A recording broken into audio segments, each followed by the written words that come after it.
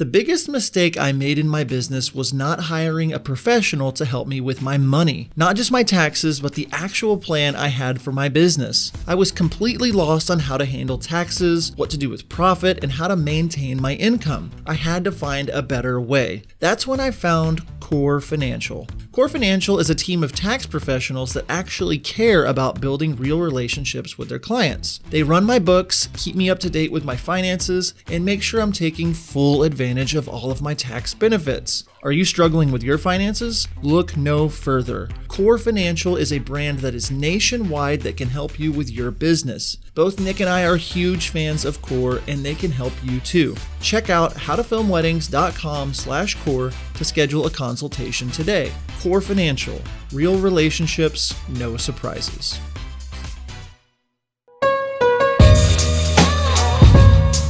Hello and welcome to How to Film Weddings. My name is Nick Miller.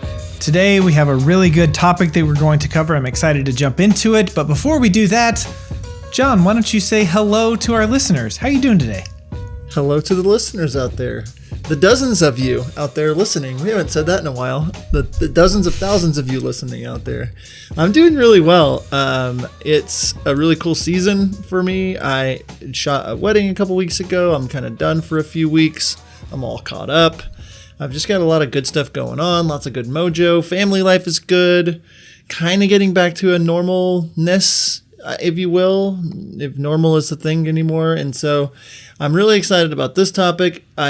The feedback from the last episode we did 2 weeks ago, just talking about walking through a ceremony and kind of, the people, the haters that say it's not how to film weddings, it's how to sell weddings. Well, we're walking through how we film weddings. And so, shut up a little bit about it. Okay. No, I'm just kidding. Okay. Who are these haters? Because I don't see them unless they're like DMing you or something. I have DMs from friends that tell me things that people say when I'm not around. And they are things of that nature. And I'm like, you know what? We should really listen to them. Maybe they're hating for a reason. And maybe they are. Well, we don't want to spread hate. We want to spread love and cheer and joy. And so, yes, a couple weeks ago, we talked about how we record a wedding ceremony, kind of going back to the roots of wedding filmmaking and the important things of it. And so today we wanted to kind of continue on that trend. Last week's episode, we had Michael from Wedditor and Ryan Cota, who is an audio engineer who knows so much about sound quality and all of that stuff. So we thought that now would be a great time as a follow-up episode to that to talk about how to record solid audio on a wedding day. So we are going to break down everything that we do, what we're thinking about, what we're considering, what we're looking for when it comes to capturing good, clean audio on a wedding day. So the thing that we want to let you guys know is audio seems to be down on the list of priorities for people, especially when they're first starting out, in my opinion. People's like camera body, and then you need a solid lens to go with that. And then I would say the next is audio. And because you have invested so heavily in camera gear and lenses and stuff, that the audio recorders and things that you buy seem to be either cheaper or not as functional or cannot do the proper job because you don't have the budget for the other stuff. And so we want to talk to you about investing more into audio if you're not really doing that, because audio is half your film. Mm-hmm. Audio is a big majority of the thing that you're putting together. And especially if you want this like legacy heirloom kind of product, hearing people's voices and the things that they say and what it sounds like are going to be really important. So we wanted to cover, how you're taking your audio quality to the next level. So in saying all of that, we're just going to jump in and share some of the things. First off, and you can head over to howtofilmweddings.com/gear if you would like to see a full breakdown of all of the audio stuff that we have. But John, why don't you share the audio equipment? Let's not talk about cables or any of that kind of stuff, but what are the recorders? Those are so fun to talk about. I know they are fun. We'll get into that. I brought cables to show people what I use today, but we can get into that whenever we start talking about those. What are you taking to your weddings audio-wise? A while back, it was wireless Sennheiser packs, and just a few years ago, I didn't ask you what you were taking a while back. But I just wanted to tee it up. I wanted to tee it up to say that if you're in the wedding film world right now, you don't realize how easy you have it. With recorders like the Tascam DR10L, for a couple $100, the mic that even comes with it's good. It records internally. It's got dual recording. It is kind of dummy proof. There's no frequencies. So I like things that are dummy proof because sometimes Nick will tell you I can be a dummy. So I'll plead the fifth or the fourth or the Seventh Amendment, whatever it is. And it's so in my gear kit, I actually have 5 Tascam DR10Ls that I bring. One of them has a white microphone connected to it. It's still the black pack, but I just bought a white microphone to go with it. So I have 5 of those. It's a little overkill, but sometimes I shoot 2 weddings in the same day, so I got an extra one for that. I've never used all 5. I've only used 4 in a day, but I have 5 of those that I bring. I actually bring 3 Zoom H4Ns to the weddings. I really only need 2, but I have 3, so I just throw it in the bag. Those field recorders, and that's really it besides the microphones that are on top of my C100s. Those boom mics are really great. If I didn't, is that a boom mic? Yeah, I just lost my mind. Whatever those mics are. Are you talking about the shotgun mic? Shotgun, or are you talking about the handle? Yes. A shotgun mic, like the Rode Video Mic Pro, those kinds of things. Okay. Go ahead. Question about that. Are you using those? Because I have 3 of those Video Mic Pros, and I don't think I put it on my camera in 2.5 or 3 years. I just am using these bad boys on top of the C100s, the mics that come with it. But that what I'm saying is I used to have to bring... That's your handle. Yeah, I used to have to bring a Rode Video Mic Pro, but those things pick up sound really good, and why I so much love the C100s still. But those pick up really good ambient audio during the day, but that's the main audio that I have. The Zooms and the Tascams. I think that's all. What about you? Okay. Yes. We do have 5 DR10Ls as well. I did shoot a wedding earlier this year where I needed 7. So I had to borrow a couple from a friend. I used 7 on a wedding day. It was because during the ceremony, it was a really intimate thing, and they had 4 people they were toasting on top of the officiant and then the bride and the groom. So I had 7 total. But we bring 5. Usually it's only for Catholic ceremonies whenever I'm going to need that 5th one. Most traditional wedding ceremonies, I'm only using 3, but I have the other 2 as a backup. For my groom mic and my bride mic, I actually bought the Countryman B3s. It's just as I'm getting into more higher end weddings, I want to offer a higher end sounding quality. My dream is to get the Sanken COS 11Ds. Those are kind of the Hollywood industry standard for, miking on people, lav mics and stuff. So those are on my bucket list of things I want to get, but I really like the Countryman B3s. I think they sound really, really good. The Tascam DR10L lav mics that they have, those are very high quality microphones. Yeah. I need to upgrade, lots of people... Yeah. I don't know if you do. It's just so if you're out there using those, that's perfectly fine. Recently I upgraded to the Zoom F6 as my field recorder. It kind of makes me drool a little bit. It basically has the ability to record a raw format of audio. It's called 32-bit float. So in this recorder, if I am within 60 dBs of the audio, I can pull it back. So if I'm 55 dBs too low, I can pull it up where you can hear it. Or if I'm 55 dBs blown out, I can pull it down. Obviously, when you're recording sound, you should try and get it right in the recorder because it doesn't sound as great if it's way overblown or overexposed or underexposed for audio. And then when I upgraded to the Zoom F6, I do keep my H4n in my bag as kind of an ambient field recorder. I'm just using on camera audio. I'm not putting my handle on my C100s or anything like that. I wonder. Doesn't matter. That wasn't a thought that really mattered. So those are the things. Those are the things that the audio things that I am bringing to my weddings. Yeah. Go ahead.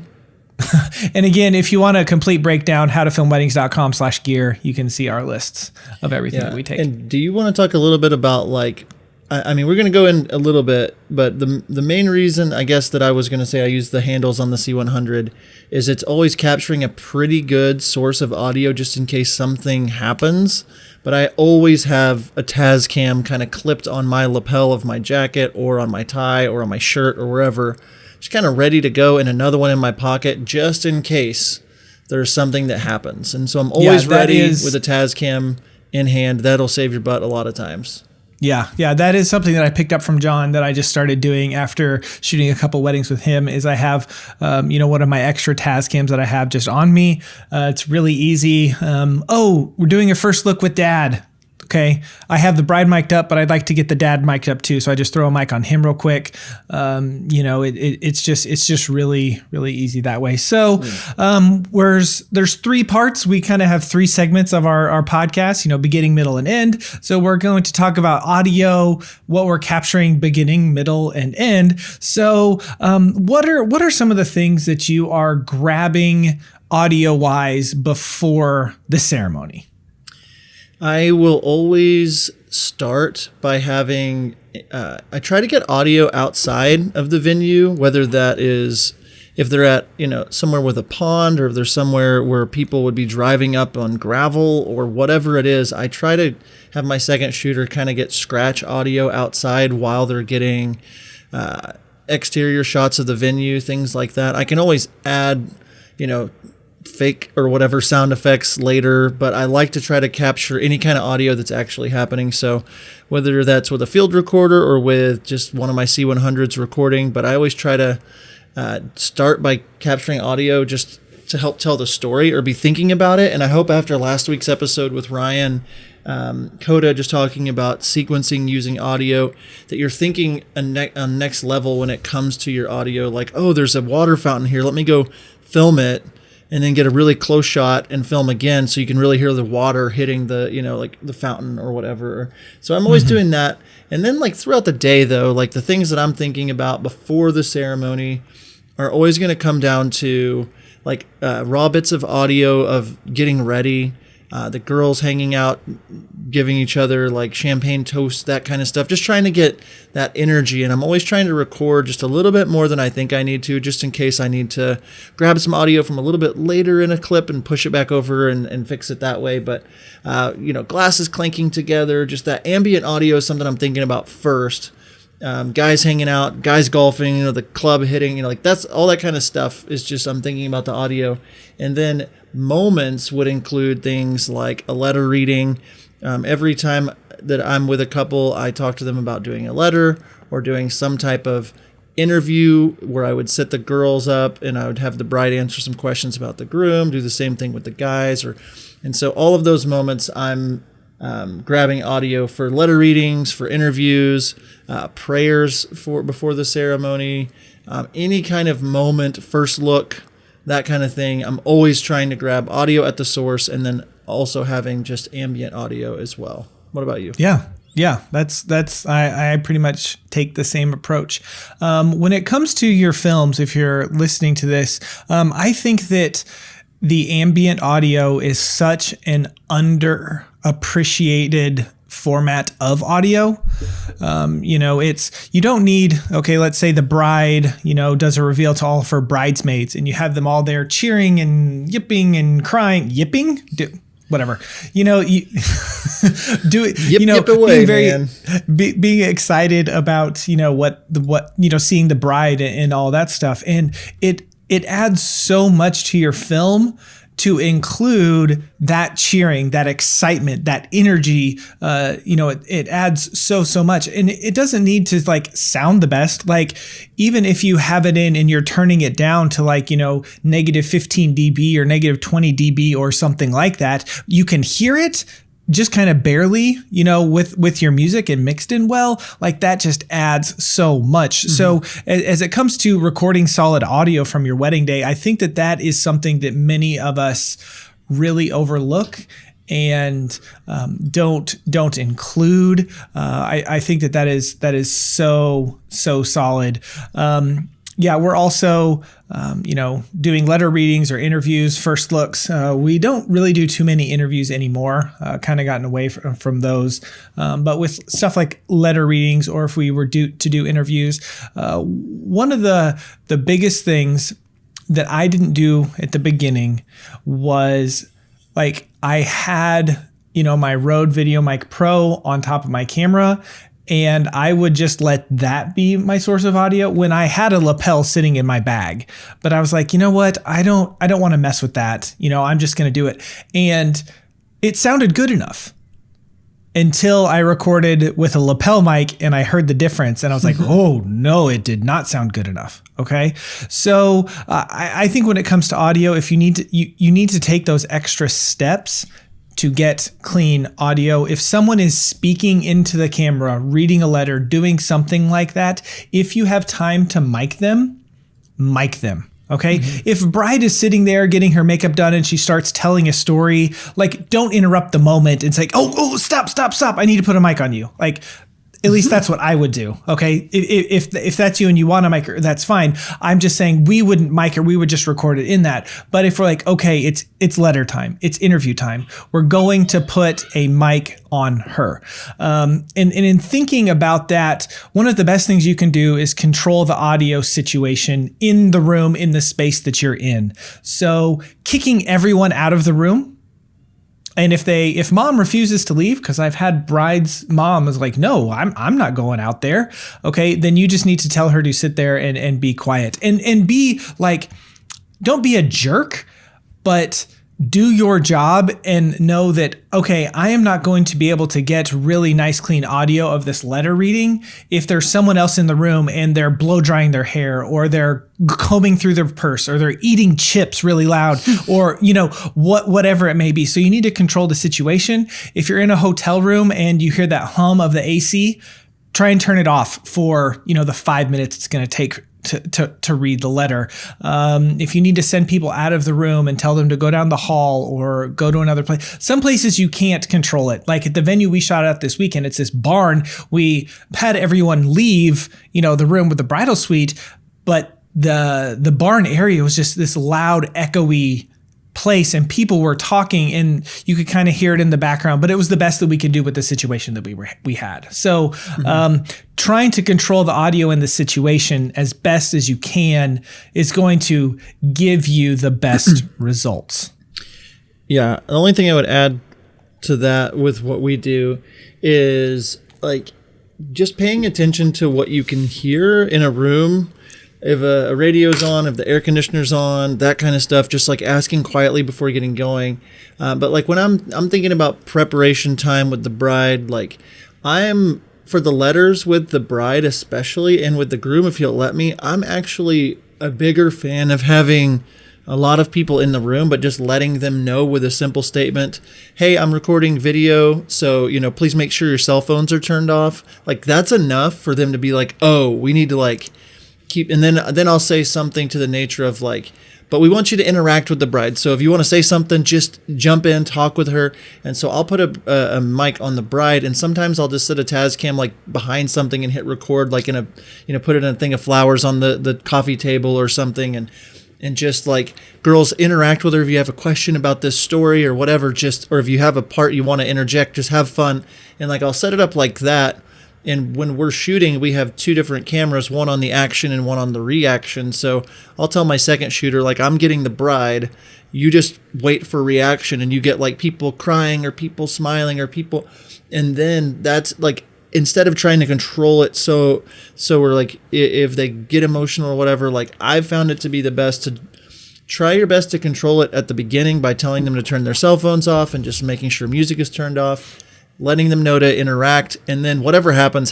Don't be like, shh, oh wait, start over or anything like that. Just like kind of let it happen, because for whatever reason, the universe always seems to have an airplane fly by or a car horn go off or an emergency alarm or a cell phone, whatever, whenever you're recording audio. So don't freak out about it. But if there's something else, last thing I would add is if you're doing audio for like a letter reading or something, the more that you can give them heads up, like if you mess up a line, just reread that line. Don't worry about it. Like, I'm going to edit this. It's going to sound good. And prepping them and just letting them know, like, if something messes up, I'm going to have you redo it. And then stepping in if something is like a letter reading and something happened, just make note of that part and have them reread it again after it's over. And so the more you can get it right in camera or in microphone, the more it's going to, it's easier it's going to be on you later. And so nobody else is thinking about audio besides you. The photographer's not thinking about it. And Nick, you might want to talk about maybe, I don't know what you do with photographers during audio, but you might mention that really quick too before we move on.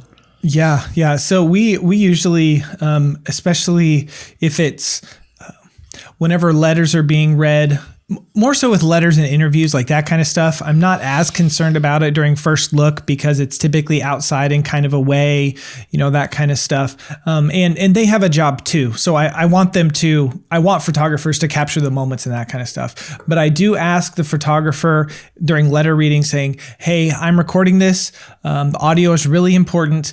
If your camera can go on silent mode, please put it on silent mode where it will make a click, but it's not as loud, obviously.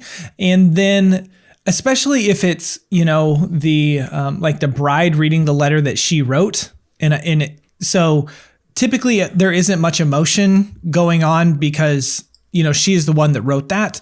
I just say, hey, if you need to grab a couple shots, obviously do it, but please don't overshoot, because I don't want to mess with clicks or anything like that. Just be upfront and communicate what you're looking for. I think a lot of us video people, we don't communicate with photographers. We don't communicate with other people. And then we're in post and we're upset that the photographer did this, but they were just doing what they normally do. And we did not talk to them and communicate with them. Yeah. Another couple of things I want to touch on, something that we do is we mic all of our brides if their dress allows it. And by if their dress allows it, I mean if you the cord kind of runs from the bust down to a strap on their leg. And so if you can see that wire through their dress or something, over their stomach or something, then we won't mic her because how she looks is more important in that situation. And so, but we mic all of our brides. We have a YouTube video all about how we mic our brides if you have questions about that.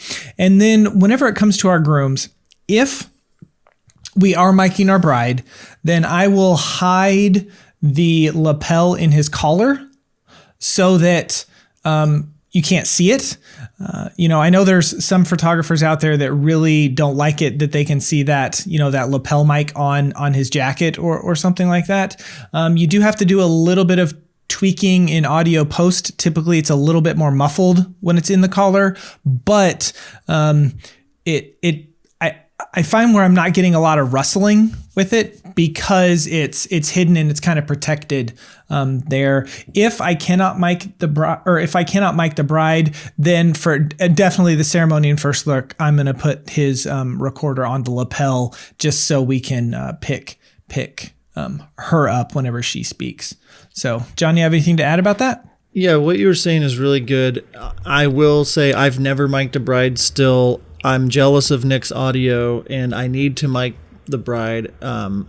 But what you said about the photographer and just asking them, I think that, you hit on it, but a lot of us talk badly about photographers when they're not around, but we don't do our job just communicating.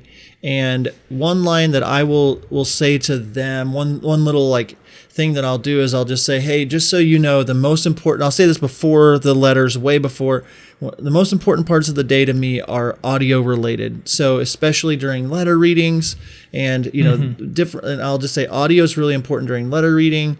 First look, if there's any way that you have a silent mode, like Nick was saying, but just not in the moment freaking them out with could you please not shoot? If they're used to shooting 1,200 photos during a first look, they're like, what is that? I don't. And so just kind of talking to them, communicating to them early and throughout the day and being cool about it. And if they click a lot, oh well, you tried. but I wouldn't let myself get freaked out if, they're being difficult, because they're usually not used to having a videographer who is willing to stand up and say, hey, let's keep it quiet. So all good things. Yeah, definitely. So that's kind of how we cover audio before the ceremony.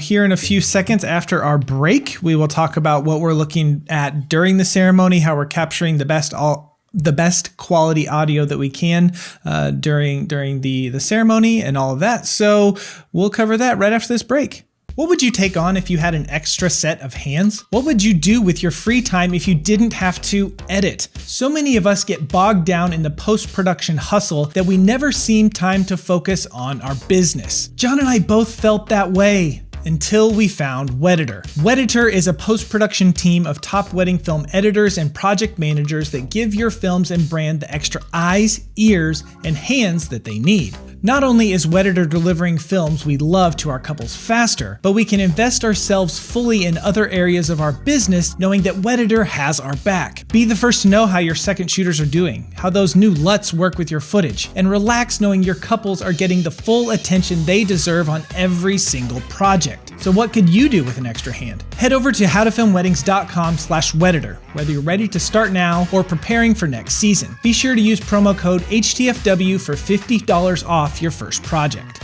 If you're interested in this service, make sure you head over to howtofilmweddings.com/Wedditor soon. Fall 2020 spots are lined up and filling up fast. Wedditor, more than freelance, more than outsourcing. And we are back from break. We're talking all about recording solid audio on the wedding day. Now we're going to jump into the ceremony section of audio recording, where this can definitely be a beast all to its own. So, John, why don't you share, the stuff that you're thinking about, that you're considering whenever it comes to miking and stuff for the ceremony? There's a lot when it comes to the ceremony, and it can get overwhelming. But, if you're basic, if you're brand new, if you're trying to just have a basic setup, I would recommend 2 microphones, one on the groom, one on the officiant, and then audio from your camera. If you have a field recorder, trying to plug it in, that's like a basic setup. For me, we have a Tascam that goes on the officiant. The groom, we have a podium Tascam. So if there's going to be any type of podium readings, or if it's outdoor and they're having like a scripture reading, or where, like, I'm always just knowing like those answers before the ceremony starts, knowing where people are going to be talking with the church staff or the venue staff, saying where they're going to be.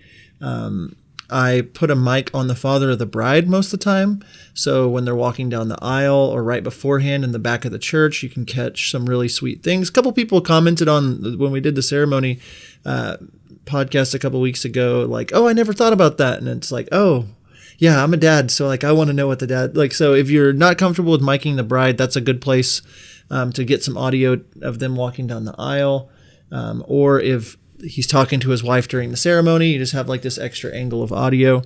The key for me though is having more than one source. You don't want to be caught with more than one source. I don't personally like wireless microphones for ceremonies because of all the frequencies with cell phones, and I've had so many wireless microphones crap out on me and my audio is just ruined.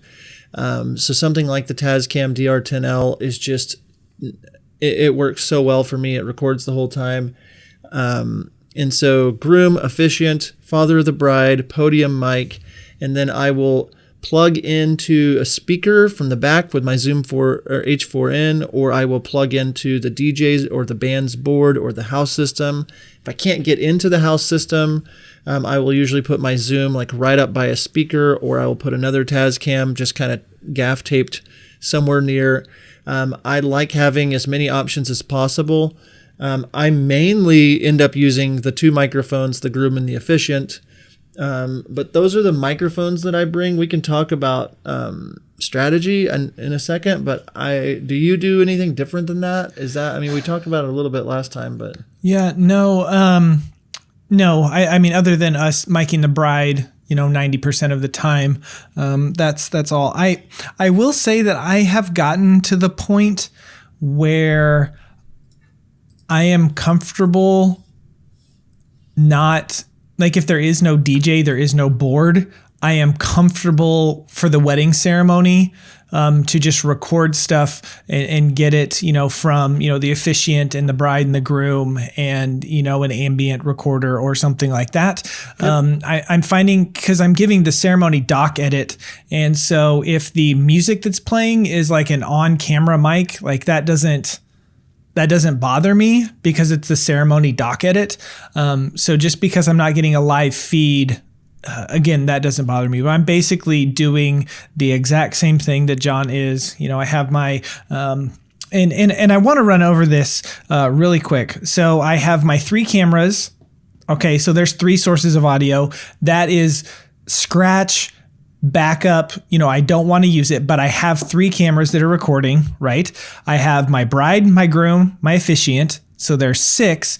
I will have my field recorder, my H4n, as an ambient, putting it close to, for most Catholic ceremonies, or if there's a string quartet at some ceremony or a piano player, I'm putting it close to that. If there isn't anything like that, then I am trying to put it really close to a speaker to get it that way. That is a hack. There was a few last year. I filmed a wedding where the officiant refused to wear the mic. So I just put my field recorder on a light stand because the speaker was up pretty high, and I just stretched it up as high as it would go. And that was my officiant microphone. Wasn't the best, but it was better than absolutely nothing. So, and then if there is a DJ, a board, a house system or something, I'm using my Zoom F6 and plugging in from there. So I will say that the biggest problem most wedding filmmakers have is they don't give themselves enough time to get audio set, or they're solo shooting, and I used to get like 20 minutes before the ceremony, and then I was like frantically running around trying to get things wired and run new frequencies on wireless mics. And I would have the constant dream. You might have this dream where it's like, I'm getting to a ceremony and the ceremony's already happening and I don't have anyone mic'd up, and I'm running around like during the ceremony trying to mic people up. And it's like, I had that dream last week. That's no joke. And what alleviates that is building in your timeline and your communication with your couple beforehand. Like, I need 30 minutes minimum to set things up. My second shooter will be taking care of these things, or if your second shooter sets up the audio, that's how I have it set. And then like for me with something like the Tascams, I'm, strategy wise, I am getting those things on the groom 20, 30 minutes before the ceremony, the officiant 20, 30 minutes before the ceremony, and telling them, this is recording. Do not touch it. If you touch it, I can't guarantee it's going to sound good. I know that, several times I've had people unplug their microphones just because they were trying to go to the bathroom or something. And I'm like, dude, just don't touch the microphone. We said it in this ceremony episode, but when you're miking people, don't ask them if you can mic them. Tell them you're going to mic them. Say, hey, I'm about to mic you. I'm going to put this on. Don't ask them questions. Which side do you want it on? Or don't do any of that. Just say, I'm going to mic you up for the ceremony. And then if they give you any grief, it's like, oh, well, the couple wants me to, then you can start making plans based on that. But being a cool person and respectful of the officiant, most of them know beforehand. And every time I do a Catholic wedding, especially because I've found that the hardest time I've had is at Catholic weddings, I tell the couple, hey, at Catholic weddings, I've had a hard time. I need you to talk to your priest beforehand and clear it with him that you want audio, like that you want him to be mic'd up and that you can expect John to be micing you before the ceremony, so they know ahead of time. And that has saved me a ton of grief. Like, I've had horror stories where they were rude to different shooters of mine, things like that. But strategy-wise, just going in with a plan and having enough time to do that. Because if you hear Nick saying, I've got 8 sources of audio, it's like, oh my goodness, that's so overwhelming. You really just need 1 to 2 really good sources of audio. But these backups have saved both of our butts so many times that we realize how important it is. And really, when you have these Tascams, it's 10, 15 minutes a time, and you have all the audio you need set up. Yeah. So. And with this, some form of audio is better than no audio at all. especially when it's a live event or something like that. It's much better to have your on-camera mic and capture it so you can hear it. It might not sound the best than to not have it at all. So that's why we have all of these extra sources. And again, 3 of those are my camera. So, I'm going to have that, no matter what. When it comes to, I know there's some people that will, when it comes to their groom mic, like they will mic him for the first look, then they will take off the mic, then they will put it back on before the ceremony, and like on and off, on and off. I know that the Tascam has about a 6-hour battery life. And so I will put it on him before we do anything and then take it off after, and I just leave it running the entire time. Most of the time it's about 3.5 hours. Like that seems to be kind of the most. And I let him know, hey, this is recording. Literally all I am listening for is the first look, the letter reading, and the ceremony. Like, I don't care what you say. I don't care what you do. I'm not paying it any attention to that kind of stuff. So I'm leaving it on. Same thing with the bride. After she gets it on, I'm leaving it on until after the ceremony. I'm not going to try and put it on and take it off for her, throughout the day either. Yeah, so, I wouldn't for the bride. I do have a quick tip that with the Tascams, especially because it's recording internally audio, it's not like, running through your camera or that kind of thing. I take it off between different things depending. I mean, if the first look and the ceremony are very soon, I'll just say, hey, I'm going to leave this on you. But I'll usually take it off and put it back on. But before, like as soon as I hit record, just saying into the microphone what microphone this is, what's about to happen. Yep. This is John's letter reading for John and Sarah's ceremony or wedding day. This is, the audio that's going on the groom. And I'll say that into my recorder at the beginning. So whenever I get back into post and when I get into editing or whenever I'm having Wedditor edit, they know who and what is happening. So it just saves you a lot of time. So. The reason that I put the mic on the groom and I leave it is because there was actually a wedding where I forgot to put it back on the groom because it was so stressful. And I was like, okay, I am not doing this on and off thing again. So that's why I do it that way. Another thing that I do, and it just kind of how you operate, I actually have my bride mic, my officiant mic, and my groom mic. I have them in bags and I label those bags. So I know that those 3 mics are going to the bride, the officiant, and the groom. And so I actually have them named in the recorder. I save the file name as bride, officiant, and groom. So when I get it into my computer, I know who is recording. Now the other 2, I don't do that and I talk into them because those are different situations, but I know that those 3 mics are always going to, and I have them labeled on the recorder. So I always know that. So those are, there's lots of different stuff to consider when it comes to, the audio for your ceremonies and how you go about it. The thing that I think that John and I will both stress when it comes to audio for ceremony. The most stressed I have ever been at a wedding is the 10 minutes before a ceremony if I don't have time to, get everything set up. So try and give yourself plenty of time. That's a great thing about having a second shooter if you're able to do that, where you can tell them, hey, I need you to go handle this stuff so I can do audio. Or if you have trained them well to do audio and how to do all that, you can say, you go do the audio.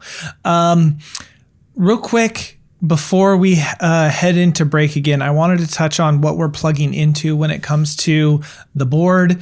And we'll get into this more with reception, but for ceremony stuff, I am just looking for a line out. If that's the back of the speaker, because again, with how I operate, I think that in my experience, most of the time, my lapels are sounding better than what the DJ is giving me. Not all the time, but that seems to be the case. And I know that they are going to be mic'd up. So I would rather be concerned with myself. Like, I know I did it and I don't want to rely on somebody else if I don't have to. The reception stuff, that's a different story because you have to rely on them. But I am looking for an out. If that's, I take my XLR and I'm plugging back into the speaker into my Zoom F6 or some other thing from their board. You in our link, howtofilmweddings.com/gear, if you go into my gear, I have a breakdown of all the different cords, but you can do a wedding with an XLR cable and then 2 different attachments, a 1/4-inch attachment and an auxiliary attachment. And then you depending, yes, like John's props. If you're watching the video, you can see those. So I am plugging into the auxiliary port, the 1/4-inch port, or the XLR port, depending on what the DJ or the house system or whatever. With Catholic ceremonies, they tend to be they're just set up and the priest knows how to turn it on and then go. So I don't mess with their board stuff at all. I just am setting recorders and getting stuff on them to get all that audio. What do you have to add? Only thing I have to add to that is I have personally found that the more expensive of weddings that I'm doing, the higher quality equipment and sound engineers they will have at their wedding. And so a lot of the weddings I'm doing now have a band and a sound company. And if that's the case, fancy. I know, I am. It's true. It's my new life. But if they are doing a sound guy, like they usually will have really nice handheld microphones, really nice lapel microphones, and a dedicated line out for me, which is great. But I have found that the handheld microphones, if I can plug into a DJ's board that has a crappy system, but they have a handheld microphone, and people are talking into that microphone during the ceremony, that it does sound better than my Tascams with any kind of echo, just obviously because of the direction of the recording. But plugging in and getting that feed as opposed to like a wireless mic from a DJ, my wireless mics usually sound way better. So if they do have a handheld microphone or a wired microphone, you're going to get a much better sound. So I'm always looking for that, yes, just in case. So don't not do it just because we said we don't sometimes. If they have that, be sure to check that out. Now, I know I want to get into reception audio. That's really important. There's a lot that goes into it, and we're going to do that right after this break. Are you tired of just sending a link to your couples when you are done with their film? Do you want to deliver something they can actually see and feel? Something physical? We are so excited to tell you about Photo Flash Drive. Photo Flash Drive's customizable hard drive and solid state drives give your client a peace of mind. Take your delivery experience to the next level with your couples. Photo Flash Drive uses state-of-the-art Seagate drives that are 100% customizable. PFD has the ability to print your logo, your couple's names, or both on the drive. You guys, we picked up a few of these and they are so good. We cannot wait to blow our clients away with this next level physical product. Not only can you customize these drives, Photo Flash Drive offers high quality, customizable boxes that you can brand with your logo to really blow your couples away. My favorite is the rustic slide box that has our logo engraved on the cover. Having a high quality product like this is something that has been definitely lacking in my business. The custom hard drives and solid state drives with cases are a great way to sell additional items to your couple, a great way to offer a full branding experience, and a great way to leave an impression. And today we have a deal for you. Use promo code HTFW15 for 15% off all hard drives, solid state drives, and cases. Head over to howtofilmweddings.com/photoflashdrive to see all the details. Finding the perfect song for your wedding film can be so frustrating. We spend countless hours searching for the perfect song. When it comes to licensing music, Nick and I both love MusicBed. Not only do they have the best music, but their website makes it so easy to find the perfect song and to find it fast. We have both been using the MusicBed's wedding subscription for years and cannot recommend it enough. Not only are they adding new music from incredible musicians like Chapters, The Light, The Heat, and Tony Anderson all the time, they've made it incredibly easy to search their library for mood, genre, instrumentation, and even key. So what are you waiting for? Head on over to howtofilmweddings.com/musicbed and use promo code HTFW for a free month of a MusicBed wedding subscription. howtofilmweddings.com/musicbed. And we are back from break, and I want to start this segment with the question of the day presented by Wedditor. Wedditor, more than freelance, more than outsourcing. Nick, the question of the day: how many backup recordings should I have? I would say as many as you can without it being ridiculous. If most audio people will tell you that if anything can go wrong with audio, it will go wrong with audio. I like to have 3 different recordings at receptions. And what I mean by that is I like to have a board feed, and I'll get into how I'm talking about all this in a second. A board feed, a clean line feed, and then I also bring in a mic stand for Toast, and I put a lapel mic and I tape the lapel mic to the mic stand as just another backup. Again, that one, it does not sound as good. I will let that out there. Everyone probably knows that because the room is loud and it's a lav mic. But as a backup, in case something doesn't work, that is something that you are going to thank yourself that you have, because that is definitely going to sound better than maybe an on-camera mic that's, way far away in the room, something like that. So I think that you should have as many as you can without being totally ridiculous. I try to have 3 recordings. My main one, which would be the line feed from the board, then a backup from the board or the speaker, and then, that lapel mic. So, John, I'm just going to talk about how I like to plug into the DJ stuff. Are you good with that, or do you have anything you want to add? I have things I'll add after about what I do. Okay. But okay. Yeah, what you're saying on the amount of feeds, I recommend minimum of 2 with your cameras, and 3 I think not counting your cameras, 2 should be your standard. You should always have 2.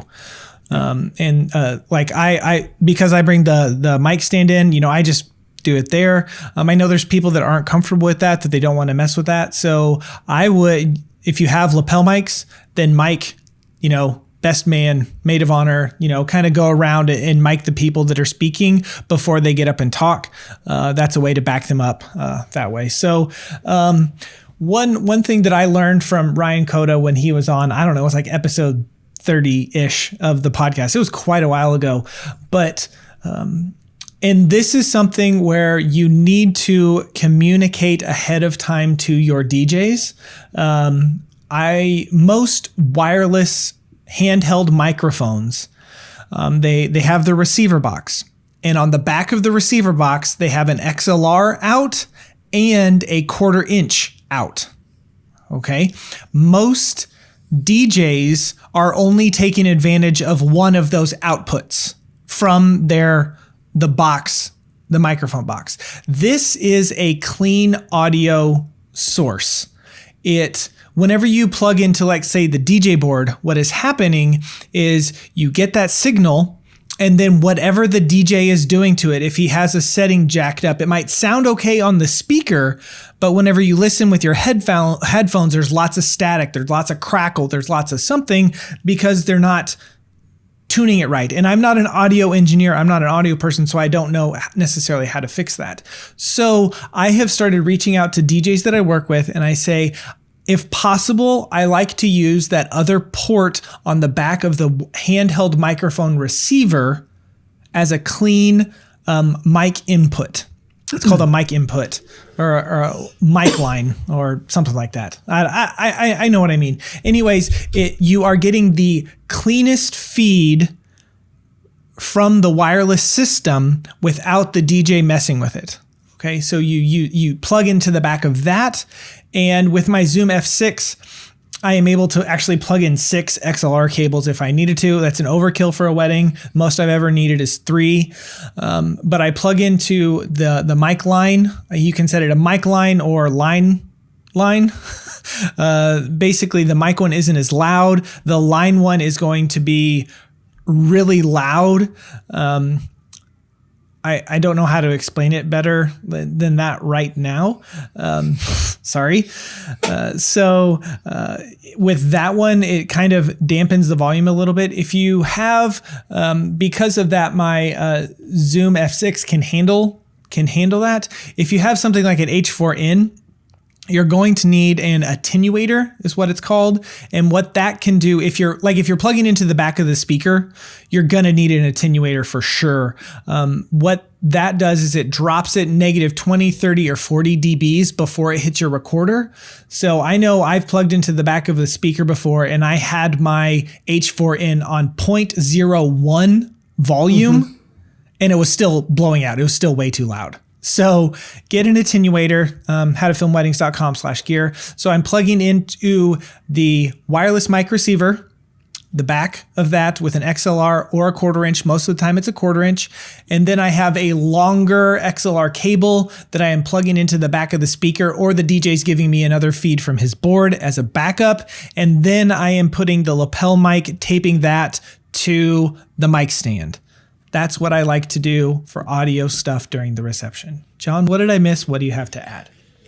It's been fun listening to you talk a lot. You always give me a hard time about talking so much. Look at you guzzling your water. It's because I talk so much.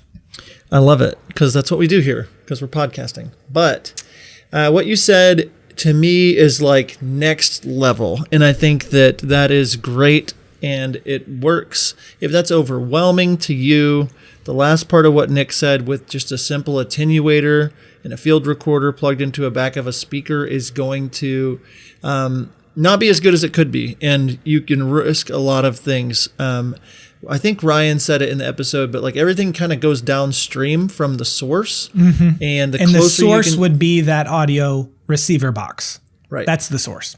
So if somebody's talking into a wireless mic, that receiver box is what is getting the signal. And then the signal is being put to the DJ's board or the sound engineer's board.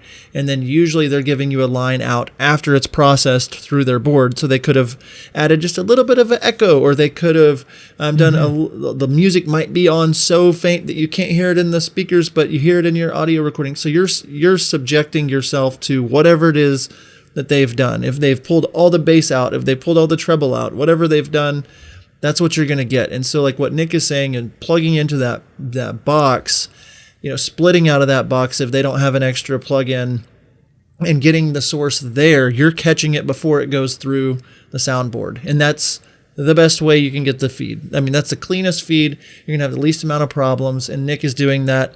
I do that as many times as I can. If it's a hassle, I will ask for a line from in order of importance.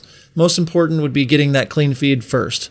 Next would be getting like a line from the board, a headphone line or something from the board, not from the back of the speaker. Yes. And then getting the back of the speaker, and then the Tascam or something on a podium, or then a Tascam on each person. Like that's kind of the order of the quality. The quality that I've been able to get with a Zoom 4 or H4n and an attenuator, now that I'm doing a lot higher end weddings, like the speaker, what they're putting out sounds really clean and they know what they're doing.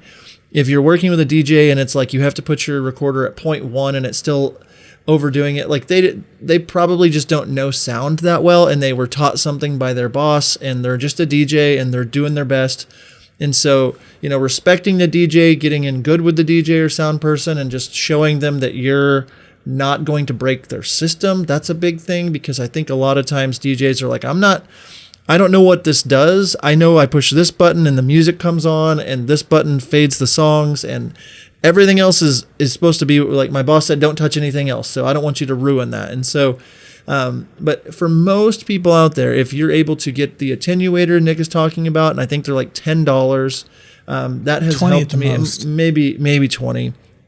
You plug that into your XLR cable and then plug it into your field recorder, and it's basically a buffer. It makes it go down 20, 30, 40 decibels, and that has saved my butt so many times, because for years I just stuck it at 0.1 and knew that it was going to be blown out still, and you can only fix that so much in post, so bringing that down.